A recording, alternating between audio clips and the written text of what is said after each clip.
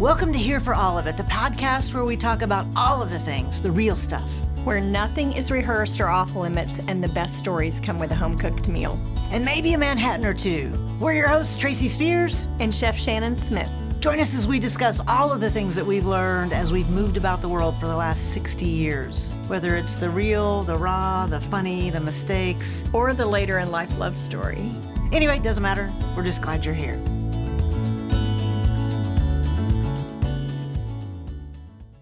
Hey there, happy whatever day it is to you. We're excited to be with you today. Listen, we have gotten so many nice comments about your podcast, our life story. Yeah, your life story. So I don't know. People had a lot of follow-up questions. We should just answer all those questions. We're going to try to do that on TikTok and things. But anyway, it was just nice. Thanks for all the nice things. So. Do you think, so we just listened to it before we got on here again today, and was there anything that you felt like we missed from last week that you want to clean up, or was there anything that didn't get asked that you wish I would have asked you?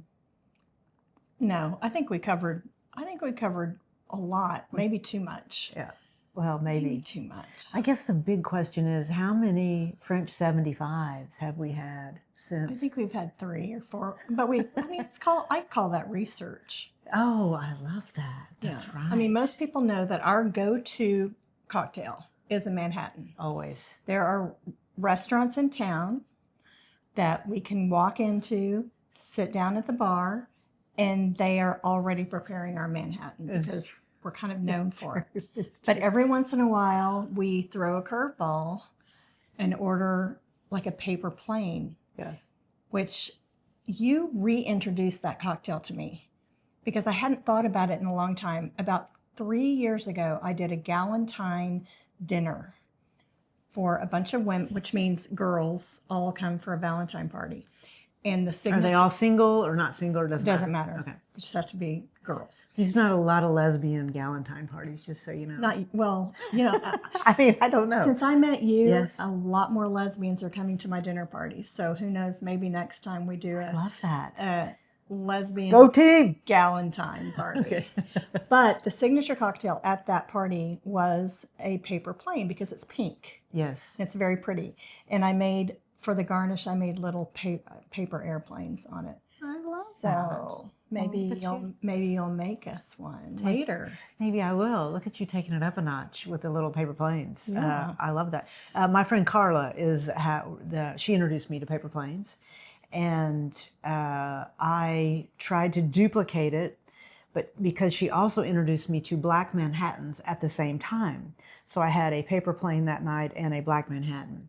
And I made the paper plane with the black Manhattan thing. And so then I was like, nah, on paper planes. And then I had another paper plane, and I was like, oh. So anyway, so I'm all in on paper planes. So you know what the drink is today. It's going to be a paper plane.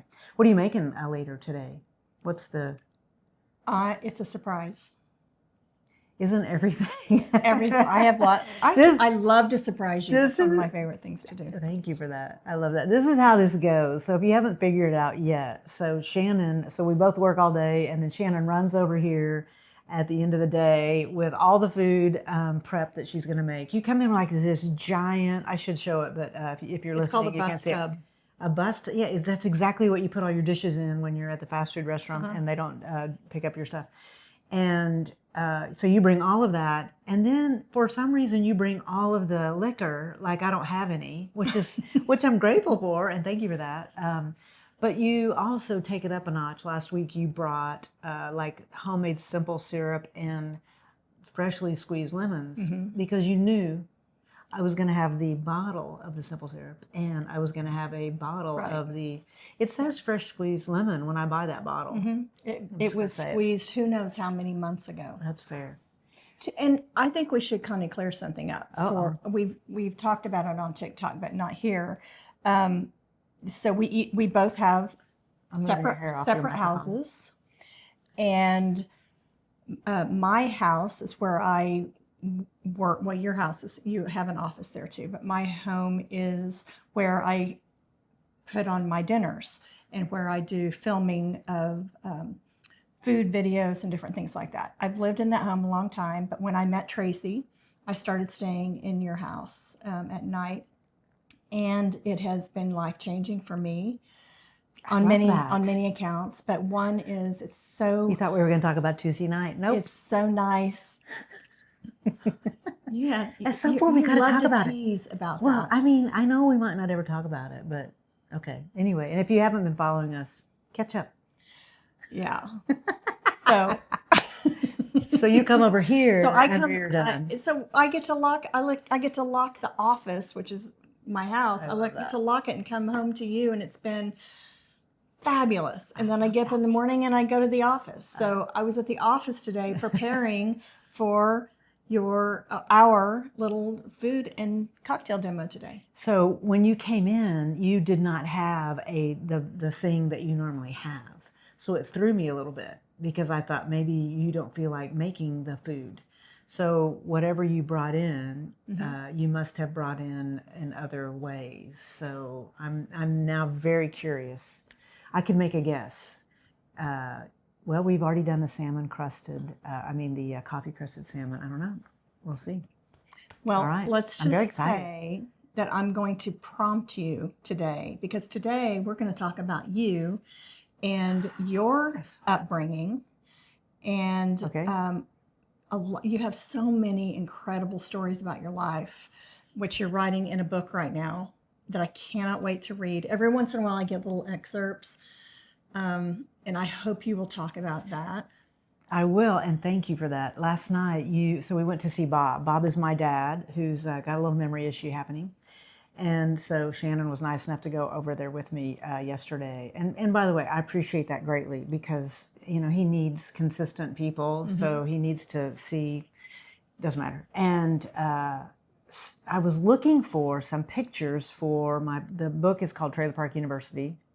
And doesn't matter, we'll talk about it, I guess, today. And so I was looking for pictures of the trailer in the trailer park. And you sadly... Which means she got out the family picture I know, so album. you sadly were like a hostage. You were like, oh my God, how many albums are there? But you handled it beautifully. That was the highlight of yesterday, was getting to look at all your childhood photos. I know that is overstated, and you do too, but thank you for that. Overstated. Come on, how about my senior picture? She was wearing a cowboy hat.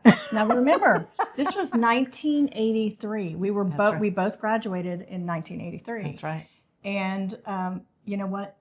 Next podcast, we need to each show our senior picture. Well, I don't know if I can, because mine are at my dad's. Someday, okay, we're going to show our senior pictures. Listen, I think there's a risk when you show your new girlfriend your senior pictures, like, that you were going to be like, oh yeah, no, I didn't sign up. Just sign up for. You handled it beautifully, but I mean, not only was I sporting a cowboy hat, I was sporting a belt with my name on it and a Western snap shirt, and nobody knew I was gay. Isn't that shocking? Wow, honey, they all knew. Did you make your belt? Of course I did. Yeah. That Tracy was how to make belts. That's how I made my money. You made your money, as you shared with us last week, doing like cleaning your dad's office and all the things. I would go to the Army Navy surplus and I would make the Western weave belts. And then I got into the Tandy leather, where you stamp out all the, things on whatever leather wallet or belt or whatever the things. And then you sold them? Of course I sold them. I sold them to the guys in the smoke hole. So we had a smoke hole, and I was not a smoker. We had a smoke hole in high school, like a place where all the smokers would go. Oh, I didn't know that's what it was called. Well, that was one of the names, and that's the only name I can remember. And in high school? In high school, yeah. So there were hoods and jocks, and I don't know who the other people were. You were either a hood or a jock, and I was a jock, and yet I needed to be a hood because the jocks weren't wearing the Western weave belts. So I would go to the smoke hole. And I don't think it was an official smoke hole. It was high school, but like that's where everybody smoked. And so I would go in there, and I'd have a couple of belts, and that's how I sold it down. Anyway, yeah, that's one of 1,000 jobs that I had, the worst jobs ever, before I went into corporate America. You want to hear what they were? Yes. Okay, worst job I ever had. I was in college, and I played softball at OU, which a lot of you know. And so in the summer, all the athletes, that were from another country usually would leave, but I was from Tulsa. And so, but I stayed because I didn't want to go home because I had a girlfriend, and anyway, it doesn't matter. And so I had to stencil all of the seat numbers in Owen Stadium, and it was, at the time, they weren't like nice seats with backs on them. It was the aluminum benches. And so I think there were 5 or 6 of us, and we had a stencil pad and a can of red spray paint. And there's like, I don't know, 50, 60,000 seats in that fucking place. And so we would stencil all the numbers. Took us all summer to do that. And do you have any idea how hot it is with AstroTurf and aluminum benches? And we did it during the heat of the day. Worst job I ever had. So anyway, that was one of them. And then I was excuse me, I was an assistant manager at Little Caesars Pizza. And I read electric meters once a month. This is all while I was playing ball and going to school. Because you were on a softball scholarship. That's right. But this was for just run around money? Well, survival, yeah. So I was on a full athletic scholarship, which means they paid for all my schooling and all the things, but not my living. And I didn't want to live on campus. Remember, I had a girlfriend, so, I didn't want to. So I was an apartment manager. Actually, we both were. So we managed this apartment complex. And so that's where I learned to do toilets and all the things, I can fix anything. Yeah, she can fix anything. Yeah, so that it was from there. And painted all the stuff and all the things. Anyway, so there you go. And those still aren't even the worst jobs. But anyway, bad enough. Eddie Caudillo was the worst boss I ever had. I worked at Foot Locker. And at Foot Locker, you had to greet the people before they got to the first kiosk of shoes. And there was just 2 of us there, and I was literally waiting on somebody. And Eddie, every time somebody made it past that, he would yell at me. Meanwhile, he could have greeted them. Right. And didn't. And he yelled at me, and it was during Christmas when everybody was in Foot Locker trying to buy tennis shoes. And he screamed at me, and there was this woman, I'll never forget her as long as I live, and she had, I think, 2 kids. And he yelled at me, and I just smiled, and she goes, gosh, that was kind of uncalled for. And I said, it's been like that all day. And that was it. And I sold her shoes, and she said, well, I hope it gets better. And I said, it's about to. I'm going to walk out with you. And I gave her receipt, and she looked at me like, are you going? And I said, give me a minute. And I went back and got whatever I had, which I'm sure was nothing. And, and we walked out together. That's a great story. I mean, it wasn't for Eddie Caudillo, but... Now, was this at Crossroads Mall? It was. Okay, I forgot this story. Yes. But I think there's a big possibility that we were both working at Crossroads Mall at the same time, because I was working at the Limited.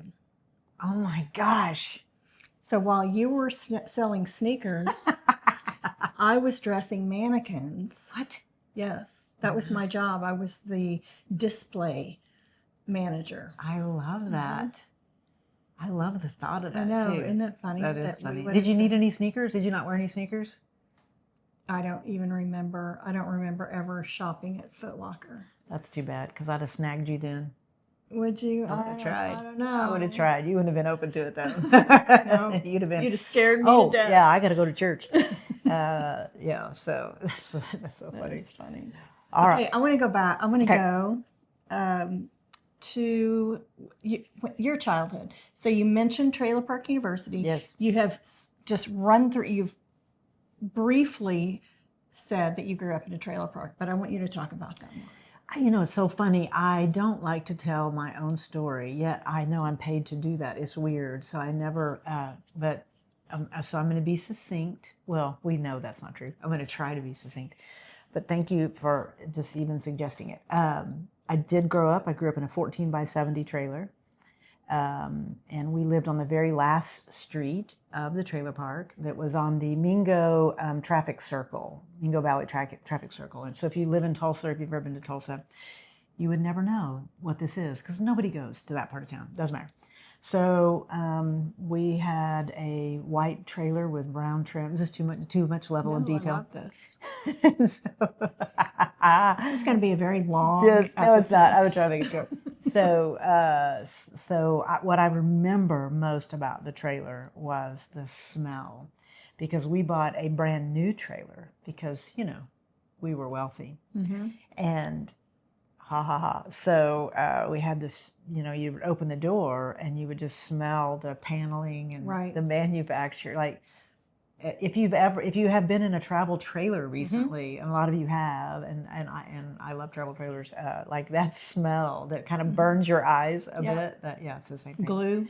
A lot of glue. Yeah. That is what it is for sure. So, and it had green shag carpet. And it wasn't solid green. It was like a little lime green and a little dark green. They called it avocado green. That's right, because those were the appliances. They were avocado green.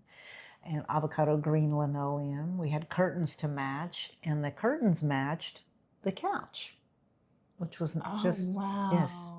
So, and it was obviously 14 feet wide. So the kitchen was on the right, and then you go through the living room. And as you would go through the living room, here's the thing. Here are things I remember. I remember ashtrays on every table. Did you have ashtrays on every table? Not in my home, but at my grandmother's house. Did your parents not smoke? No. Never. No. Oh, I bet they. My dad did before I was born. My dad did. You don't think when you went to bed they went outside and smoked their heads off? No, they were with 3 kids. They were in the Church of Christ. Okay, well, my parents obviously were not. They were smoked their heads off. So we had ashtrays, and we had a red ceramic bowl that had gold horns, and we had a matador. So I don't know if when they went to buy the trailer, they said, "We'd like the matador package, please." But that was like everything was decorated with matador something. That's right, reaction. At some point, we did come into a little money. And I only know that because we got a Curtis Mathis console TV, which means that the TV was about 12 inches by 12 inches. But it was in this giant piece of furniture that had a record player on the top, the turntable. And you opened it from the top? That's right. Yeah. That's right.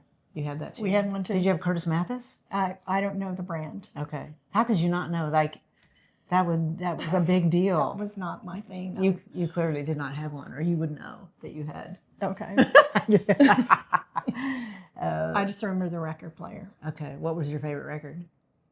Well, my mother was in love with Johnny Mathis, so we listened to a lot of Johnny Mathis. Whose mother wasn't? That's I mean, yeah. So we belonged to the RCA Record of the Month Club, and that funny noise you hear is the refrigerator. That I've never heard that happen before. Anyway, doesn't matter. So we belonged to the Record of the Month Club, and so every month records would come. How did you get your albums? I don't know. They just appeared. So who knows how they... I have no idea. There's a lot of blank spots in your childhood. There may have been a record club. I think that's the only way anybody got them. Yeah. I don't remember there being a record store. You're probably right. Okay. So, so there was Columbia, RCA, and K-Tel Records. And my dad, who is honest to a fault, like literally the straightest shooter, like would never cheat or lie. Well, apparently that's not true. We'll talk about that some other episode. But he would cancel a subscription to one, because if you canceled, then they would send you all of these. We'll give you free albums if you'll sign back up. And he played the system. And now I think about it, I bet that was my mother, because she would lie and cheat you. So anyway, so there's that. Too much? Too strong? No, you're doing very well. Okay. I'm just going to drink my iced tea. Yeah, do that. So why are you drinking iced tea when I'm drinking wine? Because I'm thirsty. All right. So you'll know what time we do these based on what we're drinking. So without saying too much more about the record, my favorite was the very first one I bought was Barry Manilow's Mandy. Oh, wow. That was one of the best albums ever. It's still one of the best. I agree. I'm a fan of Lowe. I saw him one time in the grocery store in Palm Springs, and I can't believe I didn't run up to him and hug him, because I'm that person that will, because I'm like, I'll never get this chance again, and I regret it to this day that I didn't go say hello. I have a friend, Jamie Sweeney, who's been to at least 30 of his concerts. What? She is obsessed with Barry Manilow. Now, I want to say this. I don't think I could go 30 times because it's a really, really good show, but not that good. Has she met him? I'm not sure if she has. And she's in the Church of Christ. Are those related? Those two things? Well, I don't know. Okay, what? But she. He's gay, clearly, and he's gay, and it's instrumental music. What does that mean? What are you saying? Well, the Church of Christ doesn't believe in instrumental music. I don't even understand what that means. You sing. But you don't play any instruments? No instruments. How did you get to play piano? Well, that's a good story. We're talking about you, but I'll tell this one quickly. I could play at Christmas time, I was not allowed to play any Baby Jesus songs at Christmas. What does that mean, Baby Jesus songs? Like Silent Night, these three kings. These three kings. Okay, you can't. I could only play Jingle Bells and Ho Ho Ho. Yeah, that's Ho true. Ho Ho. That's is that true. a song? How does it go? I don't know. Santa Claus. Here comes Santa Claus. Yeah, no religious songs at all could be played on the piano. I know. It's so interesting. Okay, sorry, I didn't mean. But that's the thing about religion for me is the nonsensical stuff of some of it. But I'm sure there's a lot of sense if that's your religion. My bad. Anyway, and then you go back through the rest of the trailer. My bedroom was next, and then my parents' bedroom was in the end. So that was the setup of the trailer, and in the bathroom was the washer and dryer, because we were rich. We had a washer and dryer, and so like the washer would, because it would never be level, would shimmy, and the dryer would do all and that was next to the wall of your bed. Yes, right. Yeah, so I'd hear it and. Yeah, I still can fall asleep in a car like that. I think it's because of that. So how'd you start playing softball? So, you've never asked me that question. I've never told you the story. I'm gonna tell you now. They had softball tryouts, and I was in the 3rd grade, and I was super sick. And according to my mother, I had bronchitis every year of my life. Turns out I have really bad allergies, but I didn't figure that out until I was 32. Doesn't matter. So she gives me antibiotics every fall, every spring. So I had the bronchitis. So anyway, after the bronchitis was over, there was the last day of tryouts. And my mother finally said, well, you can go today because the antibiotics kicked it all. Things doesn't matter. So I go to softball practice, and for the very first time, and they're having tryouts, and they're having pitcher tryouts. And so, had you ever thrown a softball? Never, done nothing. And so there's a field that was the boys' baseball field, and so there's a rubber mound out there. And the 2 women that agreed to coach, who also never played softball, but it was 2 moms that were like, "Oh, this sounds like fun." And so they said, okay, everybody line up at the pitcher's mound, which, when you're a kid, that's like maybe 25 feet. But this pitcher's mound, and I'm making it up, it was something like 45 feet. It was twice as far as it should be. And so, and I just got in line because that's what she said to do. And whoever can throw it underhand and make it all the way to home plate without it hitting the dirt is going to be the pitcher. And so I watched everybody, try to throw it underhand, boom, it kept landing in the dirt. And I was watching all this, and I was like, oh, well, mine's not going to land in the dirt. And I threw it over the backstop. I threw it underhand, threw it right over the backstop. And I became the pitcher. Wow. And I continued to do that for a couple of years. That was the sad part. But I could throw it a mile, but I never knew where it was going. And so, did you enjoy it when you started playing? I loved it. I'll tell you why I loved it most is because I was with my friends and my dad loved it. And he was a truck driver, and he's not a super emotional guy at all. He's very stoic. But when I was playing softball, he was laser focused on me. Wow. And I liked his attention, and I liked, it turned into be the thing I didn't like later in life, because he was he was one of those parents that was too focused and was living vicariously through me. And we haven't mentioned you're an only child. Yes, that's correct. That's pretty important. That is correct. And so it doesn't matter. So that attention that I got from him, he ended up becoming my coach and all the things. But here's the thing that defines Trailer Park University.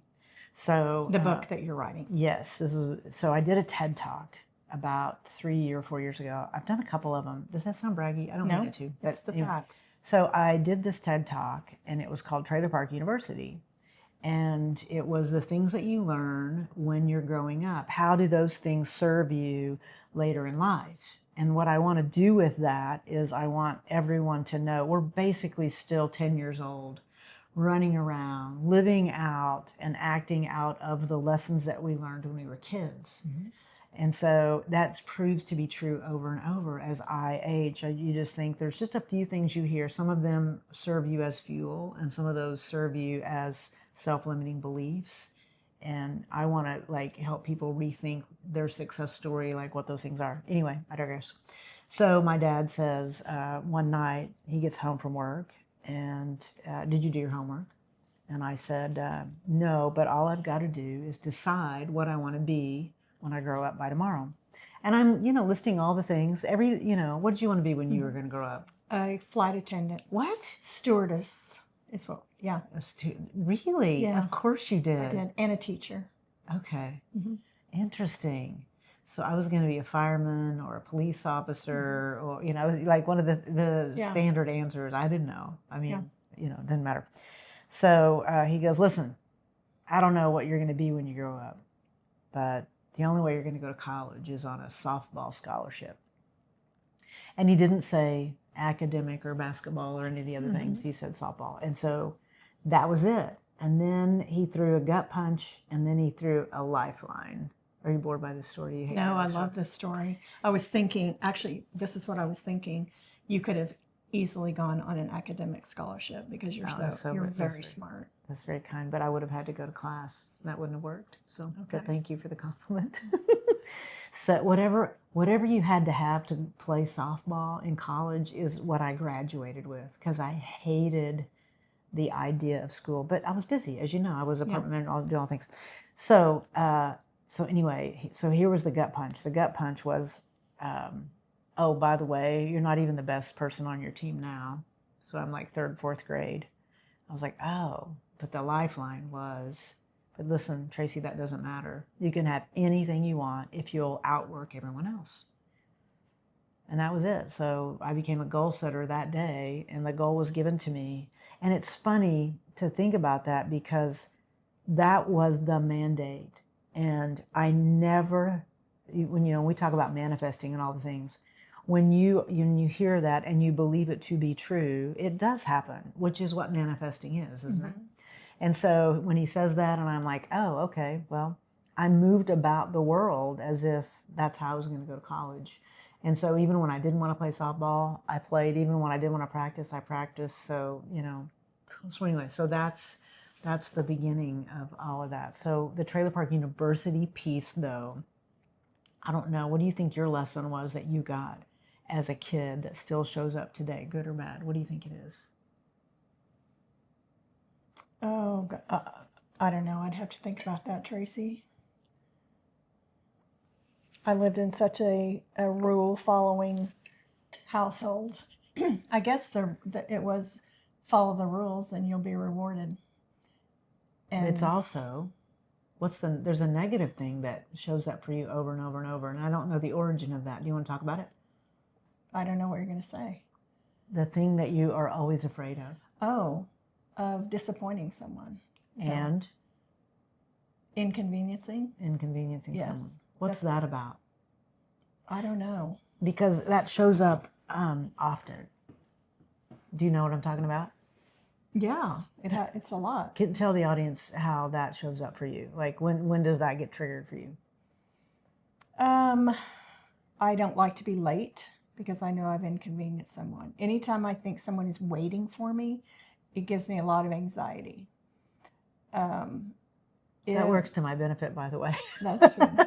If I think that I've disappointed someone, it's really how I experience it. I experience you like if I do something for you, it's hard for you to accept it that somebody's done something nice for you. Like the other day, there was something upstairs, and I was like, okay. And so I ran up and got it, and you were like, why did you do that? And I was like, because but you were I could tell you have many times been uncomfortable with somebody doing things for you. Mm-hmm. Like you do feel like you have to, bear the burden and carry the load and all the things. Mm-hmm. Do you see that? I do. And maybe that's being a firstborn. Maybe. And I did carry the load a lot. Okay. And still do. So I don't know. Could be. Let's go back to you. Okay. Now. We will. This is about you. But this is making the point. Trailer Park University is this idea that those things, those messages that we received as a kid keep showing up over and over and over. Yeah. Somehow, right? Mm-hmm. So it all fits perfectly. So I'll fast forward. I do end up at the University of Oklahoma playing on a full athletic scholarship. So, which we already said that at the beginning of this, but Coach Hines was my softball coach. And I did something today. I had to record something, and I started crying when I started talking about her. And I'm not going to cry right now, but I'm just going to say this. Saved my life. Yeah. Got me out of the trailer park in so many ways. Will you tell the story when you were injured your freshman year? Yes. So I was an infielder and a pitcher until I went to college, and then I wasn't a pitcher, and Kelly Geiger was the shortstop. But they put me in the outfield, and I didn't have a lot of outfield experience, but I had a really good arm, so and I had a little bit of speed at that time. And so I was in center field, and my friend Carrie was in left field, and a line drive was hit right between us, and nobody called for the ball because it was one of those that you couldn't really call. Nobody knew who was going to get there. And we collided, and when I hit her, my kneecap hit her Lenox Hill knee brace. Have you ever heard of that? Mm-mm. So if you're an athlete at all, you know the Lenox Hill has these two metal bars on each side of your knee because she had a knee surgery. And so it crushed my kneecap. And I remember just, in the ambulance, going to the hospital. I remember being there for a couple of days. They were waiting for the swelling to go down, and they called the doctor in. And the doctor walks in, and my parents are there, obviously. And Marita, who is my coach, is standing in the doorway, and the doctor walks. His name was David Payne. Isn't that the worst name for a physician that's about to operate on you? So he comes over to the side of the bed, and he says, I have some really bad news. I've looked at the x-rays, and you've crushed the bottom third of your kneecap. It's attached to your patella tendon, and there's nothing we can do except shorten the tendon and basically vacuum out the pieces of your kneecap. And he said, I'm in simple terms, I'm going to glue it back together, and you're not going to be able to bend your leg all the way back. And I hope it doesn't affect the way you walk. And he was just very plain spoken about it. And he said, so I'm sorry to say your softball career is probably over. And immediately my parents start bawling. Of course, I'm in a lot of pain. I'm crying anyway. And I don't know what's being said. And Marita never changes expression. She's standing in the doorway. And so he's, telling me all the things and how it's going to go, and, when you go back home, all the things.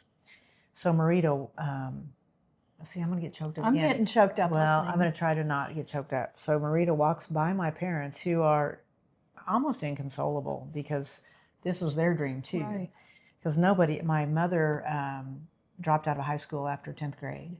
And my dad, I do believe he graduated high school, but, he never was able to go on. And so for them, right, because you would have lost your scholarship. Oh, 100% for sure. Yeah. So she walks around the bed, and she comes over to me, and I'll never forget it as long as I live.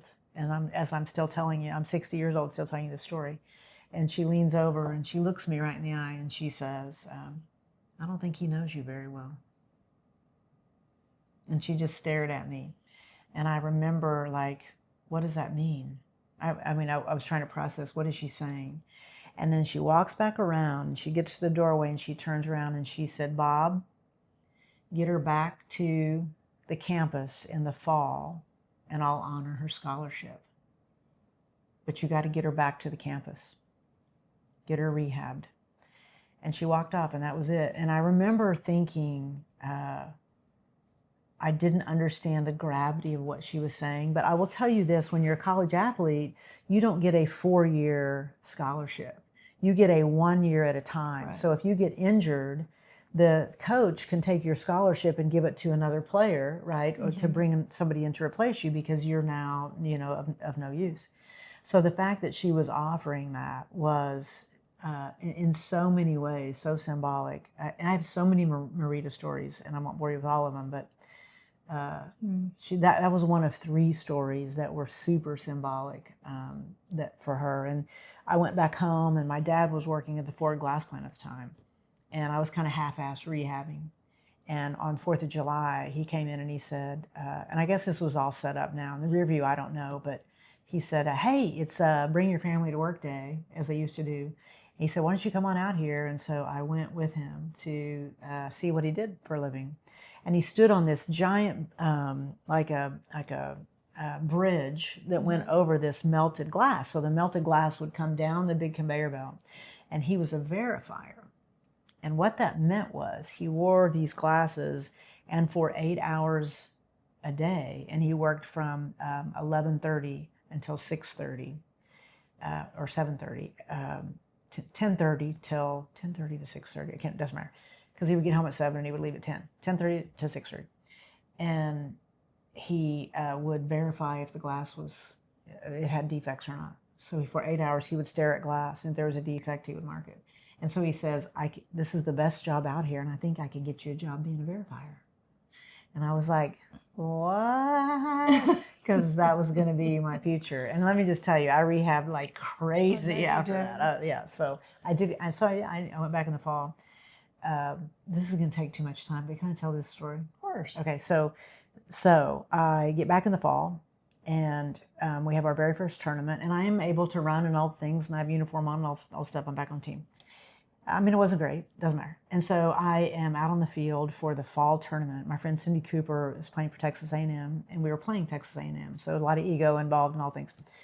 And I made 8 straight errors at shortstop, meaning that 8 balls were hit to me, and they either went under my glove or I made a bad throw to first base. 8. It's very hard to make 8 errors in a game because you don't get that many balls. Back then, the pitcher's mound was closer, doesn't matter. So I went over like in the 5th inning crying and told Coach Hines, I said, you need to pull me. And she said, get your ass back out there. And I went back out there. So the game was over. My dad is in the stands. I go up to him and I said, I don't think I can play. And he said, I don't think you can either. I think I can get you the job at the Ford glass plant. And at that point, I'm like, that sounds like a good option to me. Right. So he drove there. We were down in Dallas, and so he said, "Go pack your bag, and I'll take you back home." So I go upstairs, and when I say upstairs, it's a motel because the rooms are on the outside. Mm-hmm. So we're on the 2nd floor, and I say goodbye to all of my teammates that I was rooming with, because you had to room with somebody. And I go into Coach Hines, and my dad is standing. He's standing by his car, and he's leaning. I'll never forget. He's leaning on his car. And he's waiting on me, and I knock on the door. Coach Hines answers the door, and I'm holding my uniform and my bag, the University of Oklahoma bag, everything, so she knows what's happening. And she looks at me and she goes, what's up? And I said, well, I just wanted to say thank you. And she goes, come on in. So she opens the door, but she doesn't close it. And so I stand there and I said, thank you. I appreciate you believing in me. Thank you for the opportunity. So I'm just thanking her profusely. Obviously, I can't play. As you saw, I was horrified. I'm an embarrassment to the university, all things. And she listens to all of it, doesn't change expression. She goes, okay. And she goes, I remember the first time I saw you play. She said you were in 8th grade. And she said, I just remember thinking one day you were going to be a Sooner. She said, I knew it. She said, I've seen more of your games than anybody except for your dad. Wow. And she said, and in all those games that I've watched you play, she said, there's one thing I didn't know about you. I missed it. And I was like, what? And she said, I had no idea that you were a quitter. And I was like, I didn't quit. Like and she's got this super low voice. And she's literally shaking her head like, man, how did I miss that? And I was like, I didn't quit. I came back. And she said, yeah. She said, well, listen. She said, let me tell you how this is going to go. And she said, you're going to get in that car and you're going to go back home. And she starts raising her voice. And now I know It's so my dad can hear her. Mm-hmm. And she said, and let me tell you what probably has been said. Your dad told you, and she's in her raised voice, that he can get you that job at the Ford Glass plant. And that's what you're going to do. You're going to get in your car and you're going to go home. You're going to work at the Ford Glass plant. And I just was staring at her, and she goes, well, let me tell you what's going to happen. And we step out on the landing, and my dad's out there, and she's now screaming at me and my dad, but he can't see her. He can see her and he can hear her. And she said, let me tell you both what's going to happen. You're going to get your ass back in your room. You're going to unpack that fucking bag, and you're going to be on the field tomorrow, and you're going to start tomorrow, and you're going to play in every game. And she looks over to the thing and she goes, and Bob, you're going to get in your car and you're going to drive home because I'm taking care of her now because neither one of you are making good decisions. And I remember my dad, to this day, I watched him jump in the car and drive out of there as fast as he could. And I just remember standing there thinking, what? And I went back and I unpacked, and that was it. So, I mean, when I say she saved my life, had she could have played that so many different ways. Here's the punchline. It was a fall tournament, and I was the starter. You know why? Because people that didn't get to play got to play in the fall because all the starters played when it counted in the spring. Mm-hmm. So all of the bench players got to play in the fall, but I did not know that. I thought I was the starting shortstop. I did not see the field for 2 years. This is the thing. Like, I did not start for 2 years. I was a bench player, but I didn't quit. And by my senior year, I did end up starting and playing, and I did pretty well after that. But anyway, so pretty well. I did. I did. Yeah. So I got to play in Japan for a summer. I got to play in the U.S. Olympic Sports Festival, but. Anyway, I mean, the best part of that story is that I was so naive at, I'm 19 years old thinking I'm the starting shortstop. But anyway, so listen, here's the thing that I would say. Everybody has a Marita. Yours is Miss Craig. Miss Craig. If Mrs. Craig isn't there at the time that she was there, mm-hmm. I don't know, you're not a world-renowned chef. Right. I don't know, maybe you are. You were destined for that. I don't know. I don't know. So that's the question for everybody. As you look back, who's the person that if they did not nudge you at the right time? Mm-hmm. And I can think of probably 6 or 7 people like that in my lifetime. Jan Rinke, who was like my second mom, my grandmother. Yeah, my grandmother was a big one. Was she? Nina? Oh, yeah. Nina. Yeah. Yeah. I like that. I wish I would have known Nina. I'm sad I don't mm-hmm. know. Yeah, Cindy Bristow, Carolyn Van Howen, Lillian Russell, like the list goes on and on. Pam McKissick. So anyway, so there you go. So that's Trailer Park University. Well, I'd like you. Do you want to talk about when you were 21? No, not really.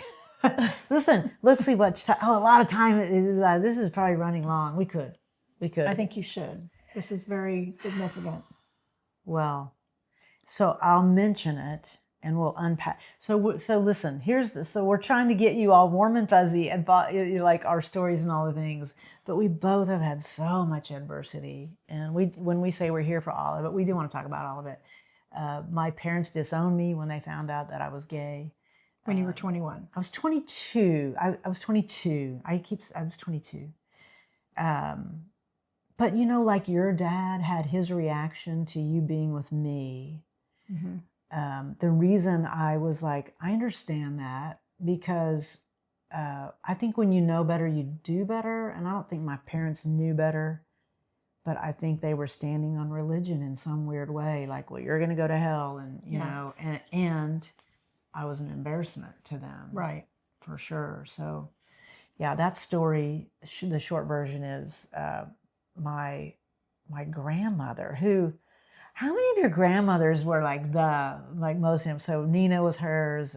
Mary Jo O'Day was mine, and she was about to die. Believe it or not, she they were calling in the family, and so I got in the car and I drove there, and I laid on the floor on her hospital floor that night, and because we thought she was going to die, and I had to go back to work the next morning. I sold cars for a hot minute. That's a whole other story.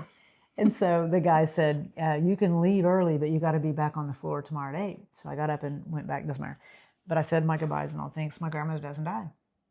And so she calls me, like a couple, she comes out of it and she goes, you need to come home. So I come home. Do you know the story? I don't think I've told you. You've told me a long time ago. Okay. I want to hear it again. Well, there is no short version. Like, I can't fucking tell the short version. Don't try to tell it short. Well, I'm trying to be story. I don't know. So she said, listen, I want you to know that I thought I was dying. And she either says walking down the stairs or up the stairs. And I fucking can't remember what she said. But she said, my brother, Robert, who was her deceased brother, told me I still had something I needed to do. And so I didn't die. And I know what I needed to do. And I was like, what? And she said, I needed you to know that I know you're a homosexual and I love you anyway. Oh. And I couldn't die without telling you that. And I was like, oh, wow, thank you. And my immediate comment was never tell my mom. Right. Because I knew she goes, I would never tell her. So we have a pact. And you have to remember, my grandmother was the one that made everything fine. I grew up in a very chaotic household. I don't know what the official diagnosis for my mom would be, but as this unfolds, you all will know what it is probably. It was just very chaotic. So my grandmother was a safe space. Like, I would tell my grandmother what was happening in my own home, and she would just hug me and say, I didn't raise your mom to be like that. And so she, somehow made it all make sense. So I felt like we had this bond. So I'm living in Oklahoma City, and my mother was a sales manager traveling to Oklahoma City. Are you all right? Yeah. Right, you're moving around like I know. I'm shifting my back. All right, okay. So I know it's a long story. Should we cut it now? Let's cut it now. Okay. So she says, I'm going to be in Oklahoma City. Let's go have dinner. And so as I'm driving to have dinner with her, did I have a brick phone then? I have to think about how I found out. I might have been paged and I called her back. Doesn't matter. But my grandmother says, and I can hear her voice, weeping, breaking. I'm like, what's the matter? And she said, I told your mom that you were a homosexual. And I was like, okay, well, no worries. I immediately started, consoling my grandmother, like, back. I was like, what am I going to do? And so I hang up. So I know what I'm getting in for. So I pull in, and it's a motel also, because she opens the door as I'm getting out of the car. She opens the door, and so she's standing there, and she says, well, I understand my daughter fucks women. And I said, you can't talk to me like that. Like getting every bit of courage at 22 that I have. And she said, get your ass in here, or, which was the nice version. And so, of course, I ran in there and sat down because, I always did what I was told. Right. And so we ended up at Chili's that night having this conversation about it. And she seems chill about it. It's like we come to I'm like, I was in love with Susan Couples in 3rd grade and all things. And she's like, yeah. So anyway, she says, Did she know? How could you not know? I wore a cowboy hat and a Western snap shirt for my senior pictures. How can you not know? Of course. I mean, right? I don't know. I mean, there were girls in my 3rd grade class that dressed like that. It never occurred to me. No, I did that as a senior, as an 18-year-old woman. That's what I was wearing. Even then, well, I grew up on a ranch, so that's that true. was the thing. I did not. Okay.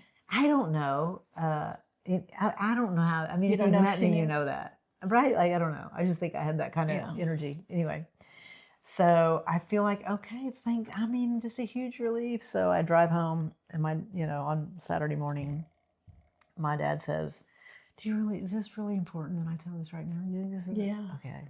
All right, I'm stalling. I mean, it's your story. You don't have to tell it, but I think you should tell it. Well, here's the thing. Before I tell you the story, do you know how many people have this story? Oh yeah, I'm sure. I mean, tens of thousands, hundreds of millions of people have the story. I don't know. But in my generation, this was a very common story. So my dad says, I understand that you're a homosexual. I hate that term, but that is to keep the story real. Homosexual. That's the term my father used in the letter to me. So it's. Do you think, is that biblical? Is it in? It's in his Bible. You say it his, like he has his own, not everybody else is reading? Or is it in every Bible? Whatever version he reads, I see. It's in there, the word homosexual. I see. Go ahead. Okay. So, he said, so I'm going to ask you if you are, and if you are, if your answer is yes, then you're no longer part of our family. But if your answer is no, then you can stay in the family. And I was like, this doesn't feel like it was a fair fight. And so he asks again, and I sat there for a long time thinking, do I want to be disowned for being gay, or do I want to continue to be a liar? And he didn't raise me to be a liar. He's, like I said, he's a truth teller. He's a straight shooter guy. So that's what I said. I said, well, I guess I'd rather you disown me and me be able to be honest. And he wasn't angry. He got up. He went into the bedroom. He came back. He had the title to my other grandmother, his mother. That doesn't matter. And it was the title to her 4-door brown Impala that somehow I ended up with. I was really getting all the girls with that. Do you remember that 4-door brown Impala? And he signed it, and he threw the title down, and he said, that's the last thing you'll ever get from me. Get the fuck out of my house. And I walked out without the title and went to the Quick Trip and called my grandmother, because my mom had a half-sister named Patricia that came and got me. And when she came to get me, she had the title. So she must have gone to my parents' house, got the title and the keys. And when I got in the car, she said, take the title, take the keys, and get the fuck out of here. And she was being nice to me. She wasn't saying, she was just saying, I don't know how to help you, but you need to just go back to Oklahoma City. Yeah. And I did. So there you go. So there's a story. And then how long was it until you did have a relationship with your parents? Several years. Yeah, it was several years. Yeah, that's a whole other talk show. We'll talk about that next time. Yeah. Or some other time, not next time. But anyway, thank you for asking all of that. We didn't talk about corporate America. There's so much more. So we'll unfold all this as we go. Then there's the part where you were married for many years. Not to a man. To a woman, yeah. Wow. I didn't know we were going to talk about that. No, there's a lot to your story and we probably should. So I have done so many. Part 2. Well, I've had, as we should for you, I've had so many podcasts, and never do I talk about me. So this is weird and awkward. And yet, we also said that we wanted to do this to tell our story so other people can live theirs and think about theirs and tell theirs. So we'll keep trying to show up and do that. Well, I told you that I was going to prompt you to mention the dish that we're getting ready to make that you don't know what we're making. SpaghettiOs? No. So I'll go ahead and say it. Okay. So it does relate to our childhood because we've talked about this before. In some episode, we need to talk about all the funny things that we used to eat. Oh, we have to. And how we used to celebrate holidays. A lot of those stories. If I'm getting a cold can of SpaghettiOs, I'm not eating them. Oh gosh, that's part of your story too. No, that's going to come. I'm going to make that note. Okay. But there was one dish that that you would have at your home and me at mine that we both really liked. Stouffer's macaroni and cheese. Because neither of our moms were big cooks. No, shit on a shingle. Now, at my house, we did not call it that. I'd never heard of that. We called it chipped beef on toast. I did not know that was my mother made chipped beef on toast. It was a big deal. I loved it. And at your house, you called it shit on a shingle, which I've now realized that's what most people call it. Is it in a bag? No. I'm going to show you. Okay. So mine was a bag of like boiling water, and you threw a bag in there, and then you somehow had to get that bag out with tongs or whatever, and then you would cut the bag and pour it over the toast. That's how. That's much easier than what we're getting ready to do. Oh my gosh, that's so funny. And then I brought everything for you to make a paper plane. Oh, I love that. Cocktail. Yeah. Well, there you go. I love that. As you know, as we started, I love paper planes. All right, so we'll pause now and we'll go get the food and the drink ready. Here we go. Okay, so this is a shit on a shingle, or in my household, we called it chipped beef on toast. It's so easy. It's basically white gravy with dried beef inside. This is Hormel. This isn't this is Armor, but Hormel makes it too. And it's kind of weird, but it's this dried beef in these thin slices. I don't feel good about this. I know, isn't this strange? Have you ever made this? I haven't made this since high school. I mean, you tear it up. I'm not gonna lie, it doesn't smell great. Yeah, it smells like it did in high school. All right, Well, so you're just not bringing back a nostalgic. This is going to be so nostalgic. Oh, Nostalgic. Okay, so we have our shredded dried beef. So you take a skillet. You put in 1/4 cup of butter, which is half a stick. Half a stick of butter. And you melt it. This is how you make gravy, white gravy. I've got a 1/4 cup of flour. Okay. It's a little too hot. I'm going to add the flour and I'm going to whisk it. My butter got a little bit brown because my skillet was too hot. But I'm stirring this up till there's no flour showing. Now I'm going to add about 2 cups of whole milk. Isn't it shocking that I like gravy? Well, why? Because you're not a big milk eater? Yeah.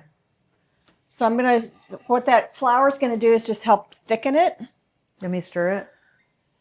No, because I want you to make a cocktail. I'm going to add salt and pepper, and that's going to take a few minutes. So while that's going, why don't you make a paper plane?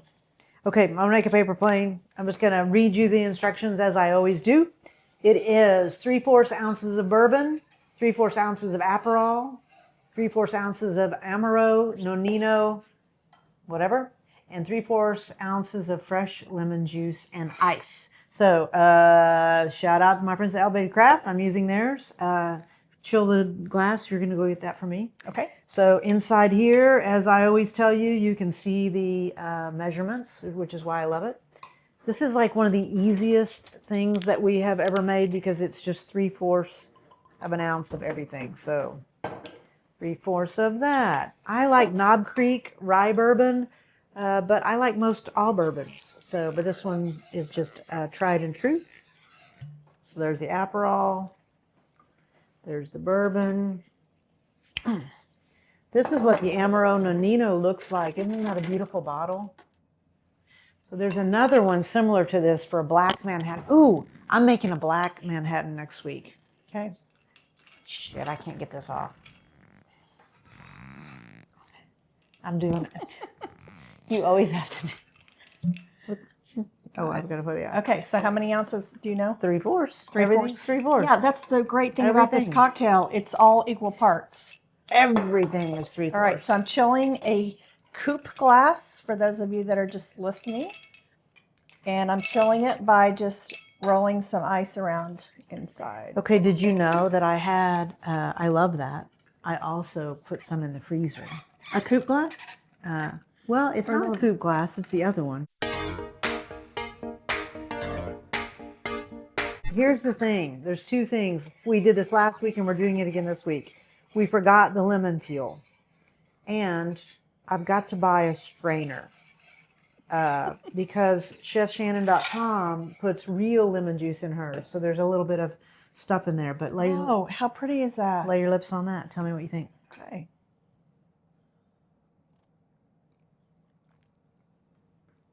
Wow, that's beautiful. And it's really yummy. If that had been made with bottled lemon juice, it would have been completely different. That is so good. All right, you know, something that's not in this recipe, but I have been apt to do it is just put a little dash of bitters. No, I think that's a great idea. A little bit of bitters would make that a little bit better. Which bitters? Like an orange bitter? I would do probably the tobacco bitter.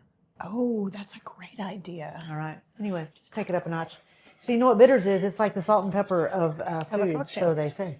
Okay, so I basically have white gravy. Now here's the thing. When you're making this is also like a bechamel, which is one of the mother sauces in French cooking. But whenever you're making a bechamel or a gravy like this, the flour needs to cook for about 20 minutes because after about 20 minutes, you're not going to taste that flour flavor. Okay. So we don't have 20 minutes.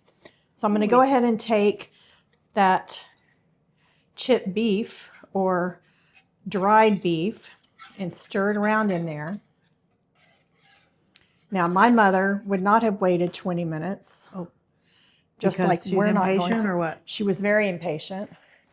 And we didn't know about that back in the day.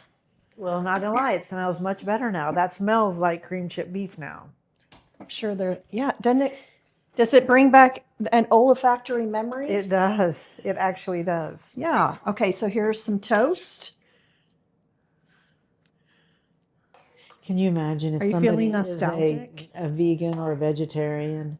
They're probably Just go ahead and just leave now. dying I mean, right after now. the paper plane, you should, just be done. Oh my gosh. That's exactly right. Yes. That.